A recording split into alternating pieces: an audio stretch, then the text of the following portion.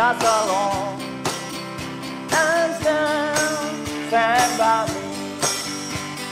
Darling, darling, darah, darahnya para remaja yang selalu merasa bangga, tak pernah mau menyerah.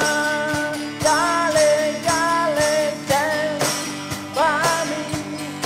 Oh, oh, stand by me. Oh, stand by me.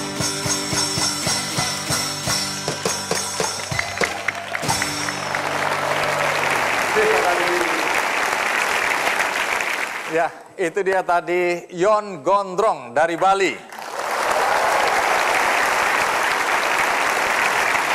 Siapa Yon Gondrong? Nanti kita akan ungkapkan misteri di balik kegondrongannya. Tapi di akhir acara.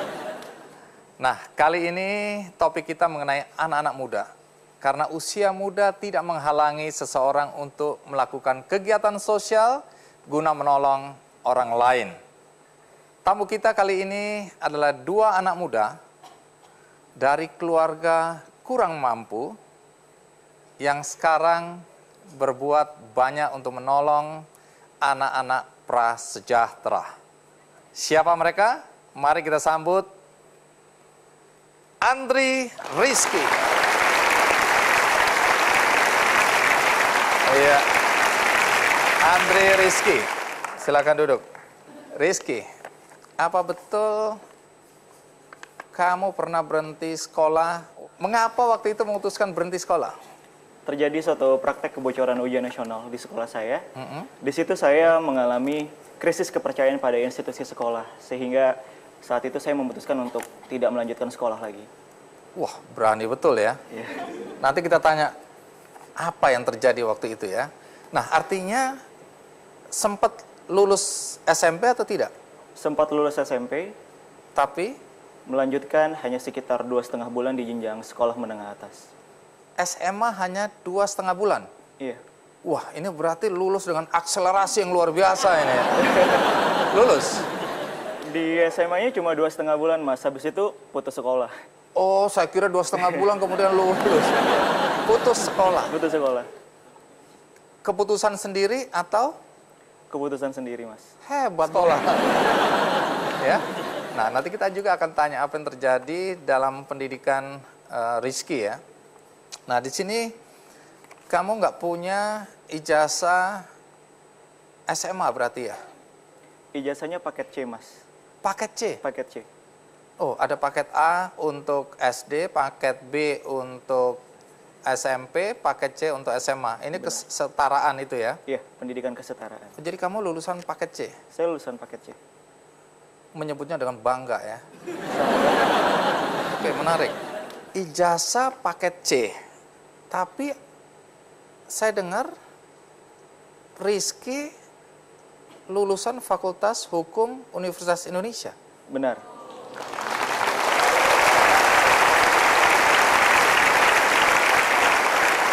Tunggu. Agak kurang nyambung ini ya. Paket C tapi kuliah di Fakultas Hukum Universitas Indonesia. Benar. Selesai? Selesai dalam waktu 3 tahun.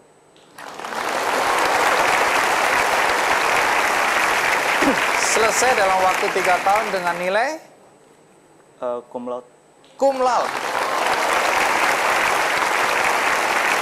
Makin gak nyambung. Saya akan usut itu tadi.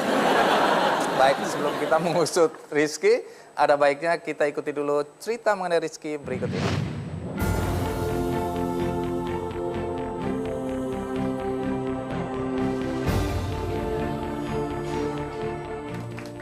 Inilah Andri Rizky Putra. Pemuda kelahiran Medan 23 tahun silam ini adalah sosok pemuda yang berani melawan arus. Di usianya yang masih belia, Rizky berani menentang praktek kecurangan yang terjadi pada saat ujian nasional. Hati kecilnya berontak melihat praktek ketidakjujuran yang berlangsung di sekolahnya. Ia pun tidak percaya pada lembaga pendidikan formal dan memutuskan melanjutkan pendidikan SMA dengan jalur unschooling atau kejar paket C. Walau putus sekolah dan melanjutkan pendidikan di jalur tidak biasa, Rizky tidak patah semangat. Justru sebaliknya, dengan kerja keras dan kejujuran, ia berhasil membuktikan bahwa siswa paket C bisa lulus ujian dan diterima di Fakultas Hukum Universitas Indonesia. Dengan semangat dan kejujuran yang sama, Rizky berhasil meraih gelar sarjana hukum dengan nilai cum laude. Keprihatinan Rizky melihat sistem pendidikan serta banyaknya anak putus sekolah karena kurang biaya, mendorong dirinya mendirikan Yayasan Pemimpin Anak Bangsa. Melalui yayasan ini, ia memberikan pendidikan gratis paket A, paket B, dan paket C untuk masyarakat yang kurang mampu. Di lembaga pendidikannya ini, Rizky menekankan pentingnya kejujuran bagi seluruh siswa. Baginya, hanya dengan kejujuran akan tercipta pemuda-pemuda pemimpin bangsa yang hebat.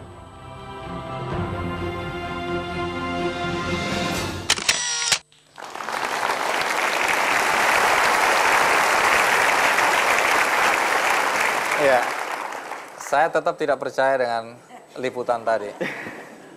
Paket C masuk Universitas Indonesia, Fakultas Hukum, lulus cum laude. Umurmu berapa sih sekarang? 24. 24. Dengan semua kegiatan yang kamu lakukan tadi. Benar, Bos. Rizky lahir dari keluarga seperti apa? Orang tua saya telah berpisah sejak saya lahir. Dan dari kecil sampai saat ini saya tinggal bersama ibu saya. Rizky ikut ibu sejak kecil? Sejak kecil ikut ibu. Umur dari bayi sampai umur 6 tahun saya tinggal bersama orang tua ibu atau opung. Oh, ikut opung. Ikut opung. Selanjutnya di Medan. Ibu kemana waktu itu? Ibu saat itu mencari nafkah di Jakarta. Kamu di mana? Di Medan. Sama opung? Sama opung. Oke, sampai berapa tahun itu? 6 tahun. 6 tahun. Baik. Masa kecilmu dengan opung bagaimana? Masa kecilnya saya anak yang sangat nakal waktu kecil. Kelihatan. Sering diasosiasikan sebagai anak yang hiperaktif. Dan saya suka melakukan tindak kekerasan fisik kepada teman-teman. Nah, ini yang nggak benar ini. Oke, terus bukan berarti kalau mau sukses seperti Rizky harus melakukan tindak kekerasan. Jangan ya. Ini masa kecil karena belum tahu apa-apa waktu itu ya. Iya. Oke, terus? Mungkin saat itu saya memiliki terlalu banyak energi, namun saya menyalurkannya di jalan-jalan yang tidak tepat. Tahun berapa bergabung dengan ibu? Umur 6 tahun. 1997.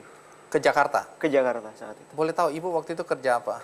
Ibu memiliki pekerjaan yang tidak tetap, tapi umumnya ibu berdagang baju-baju yang dijual ke kantor-kantor. Saya dengar sempat jadi loper koran juga ibu. Ibu itu menjual berbagai macam hal. Oh.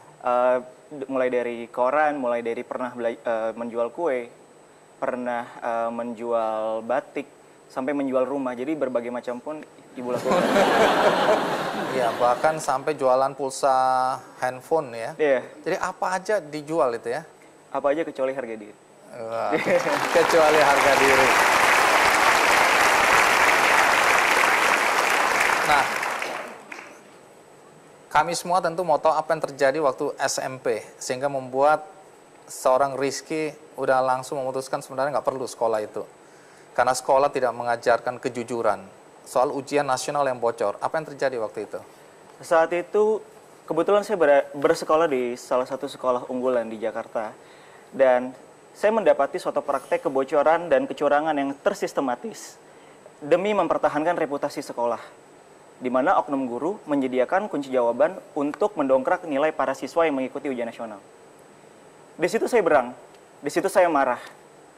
Buat pendidikan adalah suatu media untuk membentuk karakter seseorang menjadi lebih baik. Apabila dari bangku pendidikan saja mereka sudah diajarkan hal demikian, bagaimana mereka nanti ketika memimpin negara ini? Itu yang saya pikirkan saat itu.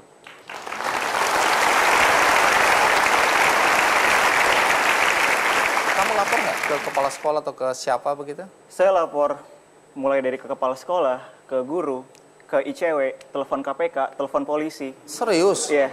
Serius? Karena saya nggak tahu apa-apa dan Anak SMP? Iya. Karena saya mencari cara bagaimana kegiatan kecurangan ini bisa dihentikan. Lalu apa hasilnya? Nihil. Nihil. Saat Mungkin itu kamu dipikir anak kecil, ini pasti ngarang ini. ngarang dan mungkin di Saya ingat ada satu yang mengatakan kepada saya, salah satu oknum, Ki, kalau kamu tidak bisa mengikuti apa yang menjadi perkembangan di masyarakat, alias mencontek, kamu akan selalu tertinggal dari masyarakat. Terus? Jadi, menyontek itu lumrah, biarkan saja. Justru harusnya kamu ikutan juga. Kamu tetap bersikukuh tidak mau? Saya bersikukuh tidak mau karena bagi saya pendidikan itu sakral. Indonesia sudah memiliki begitu banyak orang pintar, yang kita kurang adalah orang yang memiliki integritas.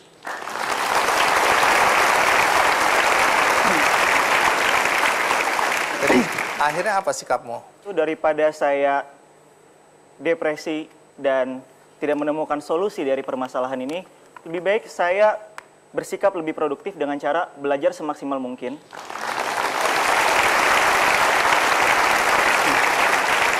Menarik.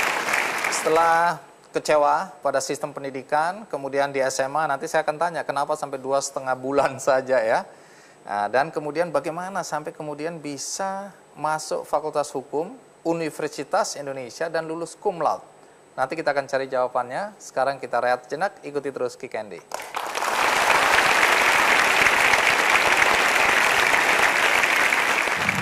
Tiga tahun kamu belajar di Fakultas Hukum Universitas Indonesia dengan predikat cum laude waktu lulus. IPK-nya berapa? 3,58.